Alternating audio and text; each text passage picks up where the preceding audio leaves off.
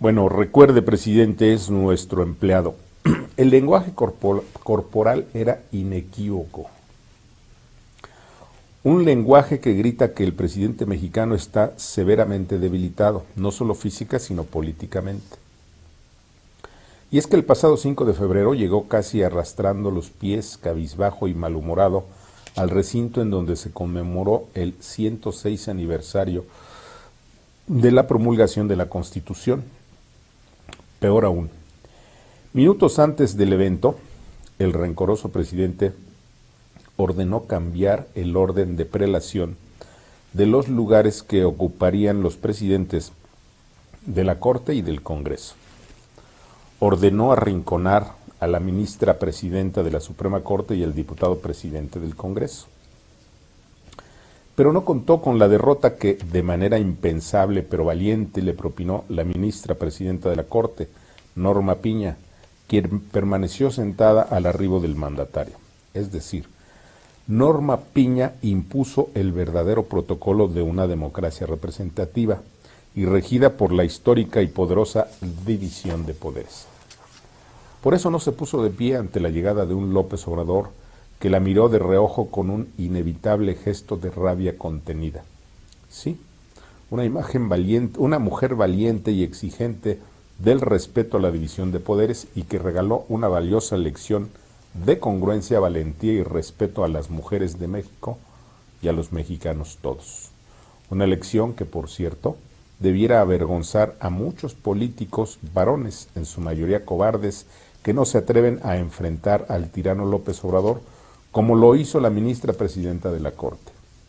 Y es que vale recordar que, según la Constitución, son poderes paralelos el Ejecutivo, el Legislativo y el Judicial, poderes de idéntica jerarquía y que, según la Carta Magna, son precisamente poderes equilibrantes. Por tanto, en una democracia con auténtica división de poderes, ostentan idéntica jerarquía la jefa del Poder Judicial, el jefe del Poder Ejecutivo y el jefe del Poder Legislativo. Y no se trata de un cambio de formas que irritó visiblemente al presidente y a sus lacayos, quienes no ocultaron su enojo y repudio. En realidad se trata de una corrección de formas y el fin del culto al señor presidente, ese rey sexenal que ha enloquecido a López Obrador y que mantiene en calidad de lacayos a la gran mayoría de los políticos mexicanos.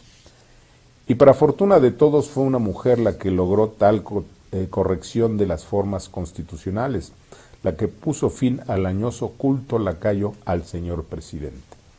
Pero la gota que derramó el vaso aún estaba por llegar, y es que tanto la ministra Norma Piña como el diputado Santiago Krill le dijeron en el rostro al presidente que eran tiempos de respeto a la división de poderes y de poner fin al culto nada democrático al presidente. En efecto, la ministra, igual que el diputado, centraron sus intervenciones precisamente en la exigencia de respeto a la división de poderes, la misma división de poderes que consagra la Constitución y que reiteradamente violenta el presidente. Lo ridículo del caso, sin embargo, es que en la ceremonia para conmemorar el 106 aniversario de la promulgación de la Constitución, quedó claro que López Obrador ya olvidó su papel de empleado de los ciudadanos. Sí, en los hechos López actúa como el rey mexicano, no como el jefe del Estado y del gobierno de una democracia plural, representativa y sustentada en la división de poderes. Y sí, la siguiente lección que nos regala el evento que conmemoró el 106 aniversario de la Constitución mexicana es que, más que un rey, López Obrador es, por mandato constitucional, un sirviente de los ciudadanos. Y Obrador ya olvidó que debe mandar obedeciendo. Por eso vale regresar a las definiciones clásicas de mandatario y mandante. La Constitución define que la mexicana es una democracia representativa, en donde los mandatarios ostentan el mandato del pueblo, lo que significa que deben obedecer el mandato ciudadano. A su vez, la propia Constitución le otorga al presidente la calidad de primer mandatario. Es decir, el presidente es aquel ciudadano al que, mediante el voto, los ciudadanos que somos los mandantes, Le otorgamos el mando para conducir los asuntos del país siempre en apego a la Constitución. En pocas palabras, y le guste o no a López Obrador y a sus lacayos, en México la Constitución define al presidente como el primer sirviente del pueblo, pueblo al que debe respetar y servir sin violar las leyes y menos la Carta Magna.